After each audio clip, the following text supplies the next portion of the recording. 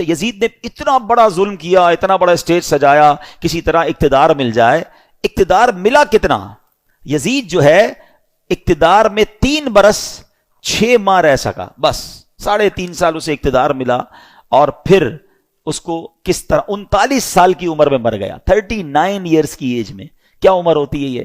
لیکن بڑی بری عادتیں تھیں، شراب کا عادی تھا، بدکاری کا عادی تھا. ایک رومی لڑکی سے اس کو عشق ہو گیا. اس لڑکی نے اس کو جنگل میں بلایا، بیابان میں بلایا، اور جب خوب شراب کے نشے میں دھت ہو گیا تو اس کو خنجر کے وار کر کے یہ کہہ کر ہلاک کیا کہ تو بدبخت اپنے نبی کے نواسے سے وفاداری نہ کر سکا، مجھ سے کیا وفاداری کرے گا. اس کو مار کر وہ لڑکی چلی گئی. کئی دنوں تک کسی کو پتہ ہی نہ چلا. چیل کوے اس کی لاش کو نوچتے رہے. اس کے ساتھی ڈھونڈنے نکلے کہ یزید گیا کدھر. بیابان میں اس کی سڑی ہوئی لاش ملی، کھڈا کھود کر اس کو دفنا دیا گیا. یہ انجام ہوا ان ظالموں کا.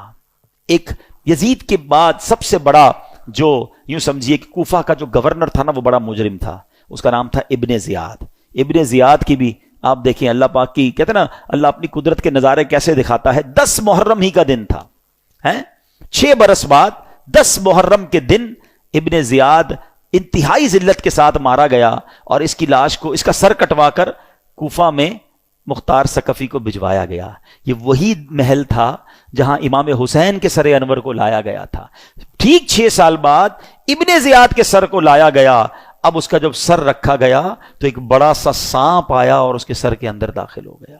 پورے محل کے لوگ ڈر گئے، کبھی آنکھوں میں جاتا، کبھی ناک میں جاتا. تو میرے پیارے اسلامی بھائیوں، یہ واقعات ان یزیدیوں کا انجام ہمیں بتاتا ہے کہ ظلم جو ہے نا، وہ زیادہ دیر نہیں چلتا ہے.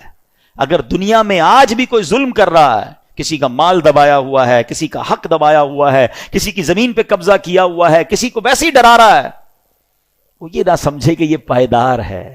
ظالم کا انجام جو ہے نا، وہ بڑا ہی عبرتناک ہوتا ہے. پھر دنیا تماشا دیکھتی ہے، اور مظلوم جو ہے اللہ اسے ترقی دیتا ہے. ظالم ہونا یہ یزیدی طریقہ ہے، مظلوم ہونا یہ حسینی طریقہ ہے. کبھی ظلم ہو بھی جائے نا، تو ظلم کا بدلہ ظلم سے نہیں دیا جاتا. اس نے ہمارے بندے مارے، ہم اس کے بندے مار دیں. آج کل یہی ہو رہا ہے، دشمنیاں چلتی ہیں. ہمارے یہاں نہیں تو کبھی قبائلی علاقوں میں چلے جائیں. ہمارا جب دورہ ہوتا ہے بلوچستان میں اور اندرون سندھ میں، تو پتہ چلا وہ خاندانی اور قبائل کی لڑائی چل رہی ہے. انہوں نے ہمارے بندے مارے، اب ہم ان کے ماریں گے. اسی چکر میں زندگیاں گزر گئیں. ختم کریں ان چیزوں کو. ظلم کرنے والا کبھی کامیاب نہیں ہوتا. اللہ مظلوم کے ساتھ ہوتا ہے، مظلوم کی دعا سنی جاتی ہے.